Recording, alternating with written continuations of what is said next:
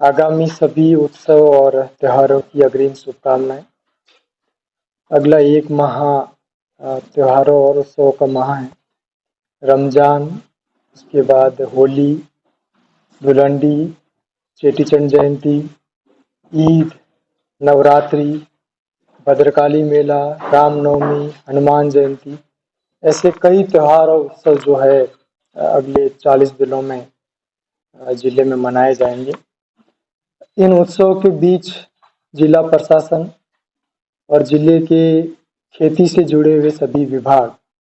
कृषि विभाग, पशुपालन विभाग, कृषि विपणन विभाग, डेयरी, उद्यानिकी, सहकारिता और एसकेडी यूनिवर्सिटी के समन्वय से 8, 9 और 10 मार्च को 3 दिवसीय कृषि महोत्सव का आयोजन जिले में किया जा रहा है। जैसा हम सभी जानते हैं, हनुमानगढ़ एक कृषि प्रधान जिला है और यहाँ के किसान नवाचारों को अडॉप्ट करने में अग्रणी रहे। पूरे राजस्थान में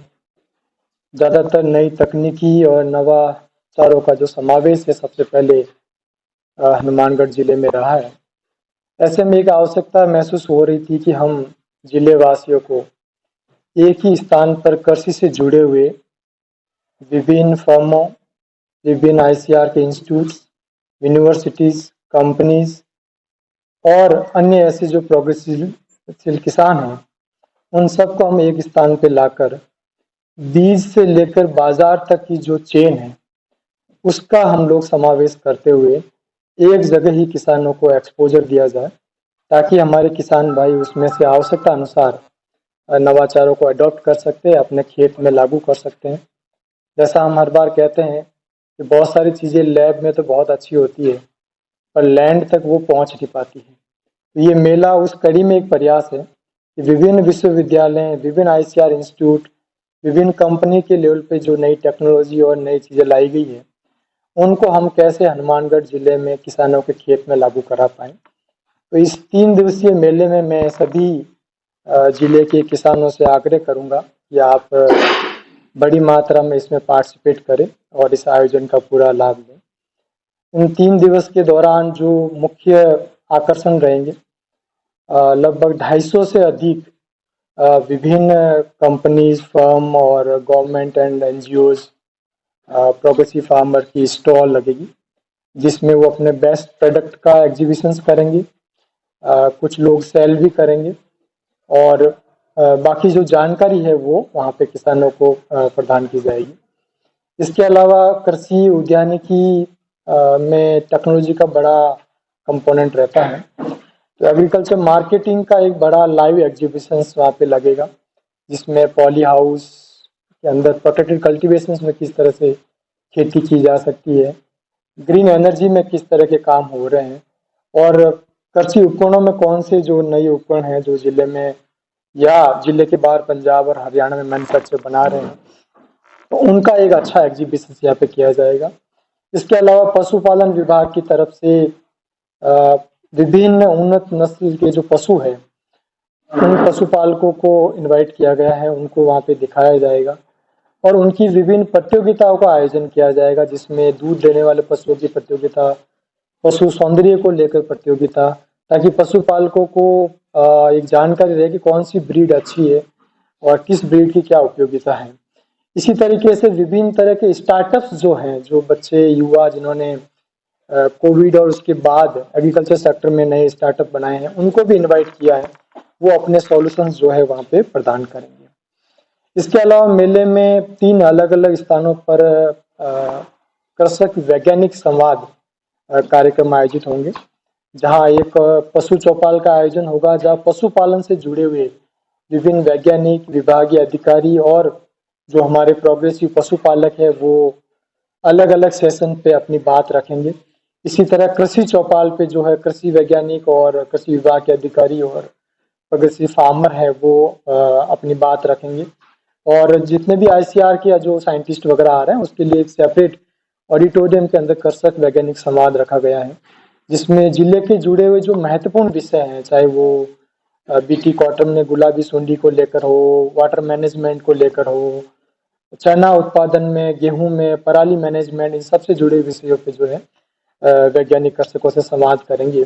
और इन हर संवाद के बाद एक क्विज का आयोजन किया जाएगा, जिसमें 5-5 सवाल जो पार्टिसिपेंट कृषक होंगे उनसे पूछा जाएगा, और उसमें सही जवाब देने वाले कृषकों को ऑन स्पॉट कुछ पारितोषिक देकर जो है वो सम्मानित किया जाएगा। इसके अलावा इस मेले में विभिन्न तरह के सांस्कृतिक कार्यक्रम भी आयोजित किए जाएंगे, ताकि मेले में राजस्थान और आसाम के बाहर के भी अपेक्षित है कि काफ़ी लोग पार्टिसिपेट करेंगे, तो उनको राजस्थान और पड़ोसी जिले की कल्चर से भी अवगत कराएं। तो उन सांस्कृतिक कार्यक्रमों में भी जो है आप सभी सादर आमंत्रित है। उसमें 8 तारीख को जो उद्घाटन कार्यक्रम होगा 10:30 बजे, उसके साथ ही जो है सांस्कृतिक कार्यक्रम होगा, जिसमें पंजाबी सिंगर कंवर ग्रेवाल जो है वो अपनी प्रस्तुति देंगे। उसी तरह 9 तारीख और 10 तारीख को भी जो है विभिन्न तरह के सांस्कृतिक प्रोग्राम